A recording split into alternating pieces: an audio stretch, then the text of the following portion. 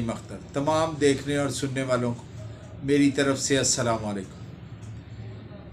अब इलेक्शन है और इलेक्शन में हर पार्टी अपना अपना मंशूर पेश करती है और आइंदा के लाहे अमल के लिए क्या प्रोग्राम है वो देखते हैं।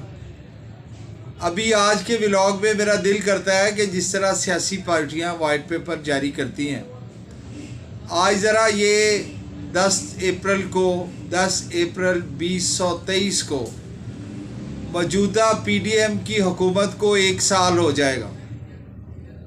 आइए ज़रा जायज़ा ले लेते हैं कि इन्होंने 1 साल में किया क्या है। अभी नाज़रीन मोहतरम आपसे शेयर करते हैं। सबसे पहली बात कि अभी ताज़ा तरीन नंबर 1, इन्होंने आइन की खिलाफ वर्जी की है। कैबिनेट के अंदर, अपनी जमाती मसरूफियात के अंदर और पीडीएम के इजलासों के अंदर खुलेआम अलामिया जारी किए कि हम मौजूदा बेंच को नहीं मानते, हम इन जजेस को नहीं मानते और हम फैसले की मजम्मत करते हैं।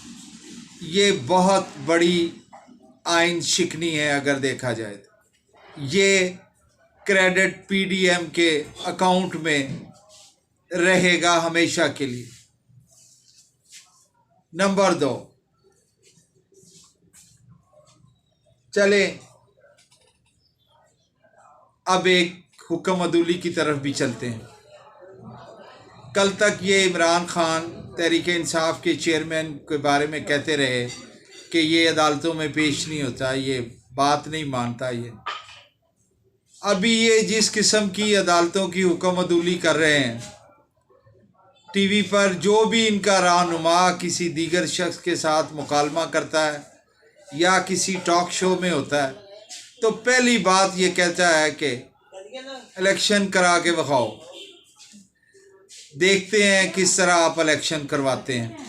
अभी कल ही की बात है कि पीडीएम की एक रहनुमा मोहतरमा मरियम नवाज़ साहिबा ने ये फरमाया कि इलेक्शन होंगे, लेकिन होंगे अपने वक्त पर, जब तमाम मुल्क में जनरल इलेक्शन होगा तब होगा। यानी सुप्रीम कोर्ट के हुक्म की ये खिलाफ वर्जी करना चाहते हैं और अपने बयानात में कर रहे हैं।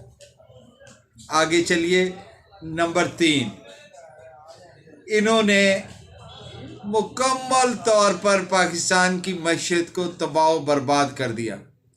ख़ुद ख्वाजा आसिफ साहब ने भी, जो कि वज़ीरे ग़ालिबन दिफा हैं या कुछ हैं वो यकीनन, बल्कि सारा कुछ ही है PMLN का, उन्होंने फरमाया कि हम तो डिफ़ॉल्ट हो चुके हैं। यानी 1 साल में इन्होंने मुल्क को डिफ़ॉल्ट कर दिया है बकौल इनके अपने। ये भी इनके क्रेडिट पर रहेगा और अवाम पाकिस्तान वोट डालते हुए यकीनन इस बात को पेश नज़र रखेंगे। जो खारजा पॉलिसी का हाल है वो आप सब जानते हैं। किस तरह इन्होंने सऊदी अरब के साथ बिहेव किया, किस तरह इन्होंने अमेरिका के साथ बिहेव किया और किस तरह चाइना के साथ बिहेव किया, और अफ़गानिस्तान जो कि पड़ोसी मुल्क है उसके साथ इन्होंने किस तरह बिहेव किया, आप सब जानते हैं। अब चलिए ज़रा दफाई पॉलिसी को जिस हद तक नुकसान इन्होंने पहुंचाया है इस पीडीएम ने, वो सब आपके सामने है। इसी तरह नंबर 6 पे इनके क्रेडिट पे है इनकी मीडिया पॉलिसी। किस तरह मीडिया वर्कर्स को उठाया गया, किस तरह रिपोर्टर्स को, एंकर्स को, नुमाइंदों को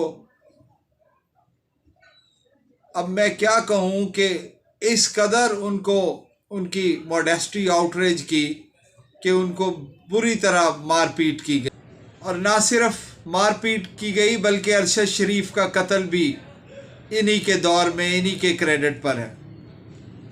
इसे भी अवाम पाकिस्तान यकीनन देखेंगे। इस तरह आप देखें कि इन्होंने जितनी नफ़रत अंगेज़ पीडीएम ने तकरीरें की हैं, बिलावल भुट्टो का लहजा बज़ाते ख़ुद बड़ा सख्त लहजा रहा है, मौलाना फजलुर रहमान का लहजा, कि इस कदर नफ़रत अंगेज़ तकारीर की गई कि लोगों ने कानों को हाथ तक लगाए।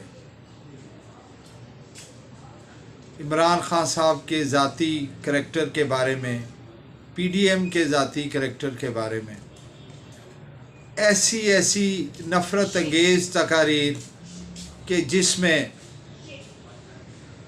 कौम के संजीदा हलकों ने कानों को हाथ लगाए कि ऐसा भी मुमकिन है। इसी तरह 8वां नुक्ता ये भी है कि पीडीएम ने अदम बर्दाश्त का रवैया अपनाया। देखिए, सॉलिड केसेस जो होते हैं उसमें हमेशा देखा ये जाता है कि वाक़यातन ही किसी ने अगर अपनी हदूद से तजावज़ किया है या जुर्म किया है तो उसे इस नेट में आना चाहिए। लेकिन एक शख्स घर बैठा है और उसके सपोर्टर्स अगर कोई स्लोगन्स नारे लगाते हैं या कोई दीगर प्रोटेस्ट करते हैं तो वो उसका मुकदमा जो है उसके लीडर पे। पीडीएम ने अदम बर्दाश्त और माशरे की बजाय कोई तरबियत करने के बल उसके डिक्लाइन में मज़ीद हिस्सा डाला है, और ये भी हमेशा इनके क्रेडिट पर रहेगा। इसी तरह अगर मैं 9वें नुकात पर जाऊं और देखूं तो नाज़रीन मोहतरम यकीन मानिए, पीडीएम ने और बिलखसूस मुस्लिम लीग नून ने जराइम को ग्लोरीफाई करके पेश किया है। पुलिस को इस्तेमाल करते हुए इन्होंने ना आइन की परवाह की, ना कानून की परवाह की, ना इन्हें किसी अदालतों का डर रहा, क्योंकि ये इक़्तिदार में थे। और इन्होंने उन लोगों को शाबाश दी जिन्होंने सियासी कारकुनों और अवाम पर बेजा तशद्दुद किया और गैर कानूनी हथकंडे इस्तेमाल किए, उनको इन्होंने ग्लोरीफाई किया। मैं अगर इसको सम अप करूं तो इन्होंने जराइम को ग्लोरीफाई किया है माशरे में। ये भी इनके क्रेडिट पर रहेगा हमेशा के लिए। अब इनके अदवार में बदनवानी, करप्शन कई दर्जे इंडेक्स में ऊपर चली गई, और कतई इन्होंने परवाह नहीं की कि किसी न किसी तरीके गवर्नेंस के अंदर ईमानदारी लाई जाए। और उसको अभी तो जब आटा स्कैंडल सामने आएगा और इसमें देखा जाएगा कि रोज़ाना के अगर 2 ट्रक जो है वो बांटे गए हैं तो 20-20 ट्रक की जो है वो रिकवरी और खातों में डाले गए हैं। अब अगर इनके क्रेडिट पर आप 11वां नुक्ता लेकर जाएं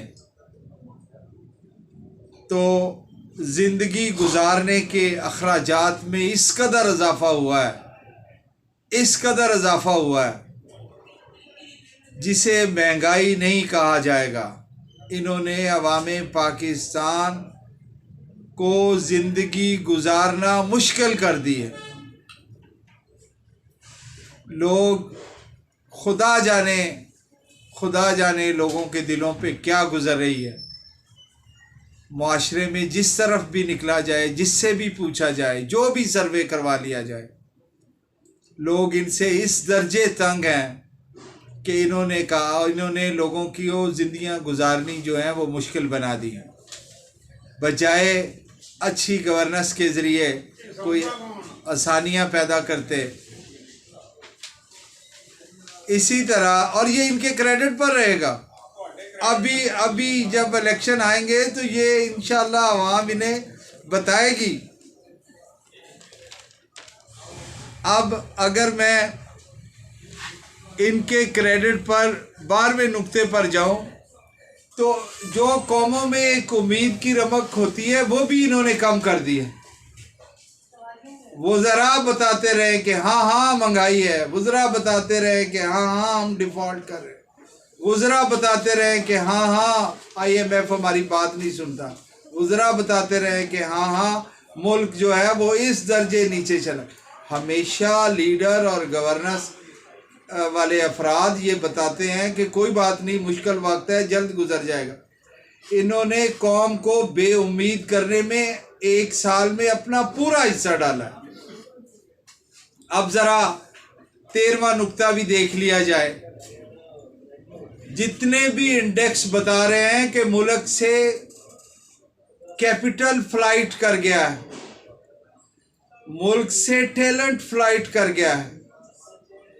जब से पाकिस्तान बना है, इस 1 साल के अंदर, इस 12 माह के अंदर पाकिस्तान से पैसा तो गया ही गया है, लेकिन ये जो एक इंटेलिजेंट ब्रेन जो है वो पाकिस्तान छोड़कर चला गया है। यहाँ उनके लिए कोई अपॉर्चुनिटी नहीं थी। इन्होंने ज़हीन लोगों को, काम करने वाले लोगों को यहाँ उनकी ज़िंदगी रहना मुश्किल कर दिया। लिहाजा वो दोनों कैपिटल, ह्यूमन कैपिटल और मॉनेटरी कैपिटल, यहाँ से फ्लाइट कर गया। अब अगर 14वें नुक्ते पर जाया जाए तो इन्होंने बजाय कौम को ये बाइज़्ज़त बनाते, इन्होंने कौम की बेइज्जती में इजाफा किया। इन्होंने ख़ुद को जाके ऐसी जगह पे खड़ा किया। वज़ीर आज़म कौमों का सिंबल हुआ करता है, एक अलामत होती है इज़्ज़त और तौकीर की। इतने मीम बने हैं मांगने के, इतने दुनिया में इनको ये कहा गया है कि आप अपना घर ठीक क्यों नहीं करते। यानी एक बेकारी कौम के तौर पर इन्होंने साबित कर दिया है दुनिया में कि पाकिस्तान एक ऐसी, पाकिस्तानी कौम एक ऐसे दर्जे पर पहुंच गई है। इसी तरह अगर मैं 15वां नुक्ता देखूं तो हमारी कौमी सिक्योरिटी इस कदर कभी कंप्रोमाइज़ नहीं हुई जितनी इस 1 साल में। 10 अप्रैल 2022 और 10 अप्रैल 2023 आप अंदाज़ा कर लें, ये 15 नुकात PDM के क्रेडिट पर रहेंगे। अवाम में जब ये जाएंगे तो इनको सामना करना पड़ेगा। ये सवाए अपने करप्शन के केसेस को ख़त्म करने के अलावा और किसी तगोदो में इन्होंने वक्त ही नहीं गुजारा। ये 5 पॉइंट जो हैं इनमें इन्होंने इस कदर इजाफा किया और इस पे लगे रहे। अब अवाम जाने और ये जाने, ये इलेक्शन तो इंशाअल्लाह ताला होंगे ही होंगे। जो सुप्रीम कोर्ट ने तारीख दी है 15 अप्रैल की, लेकिन अक्टूबर में भी करवा के देख लीजिए, आपको पता चल जाएगा। ये चीज़ें जो मैंने अर्ज़ की हैं ये आपके क्रेडिट पर हैं PDM, और ये रहेंगी। बहुत मेहरबानी।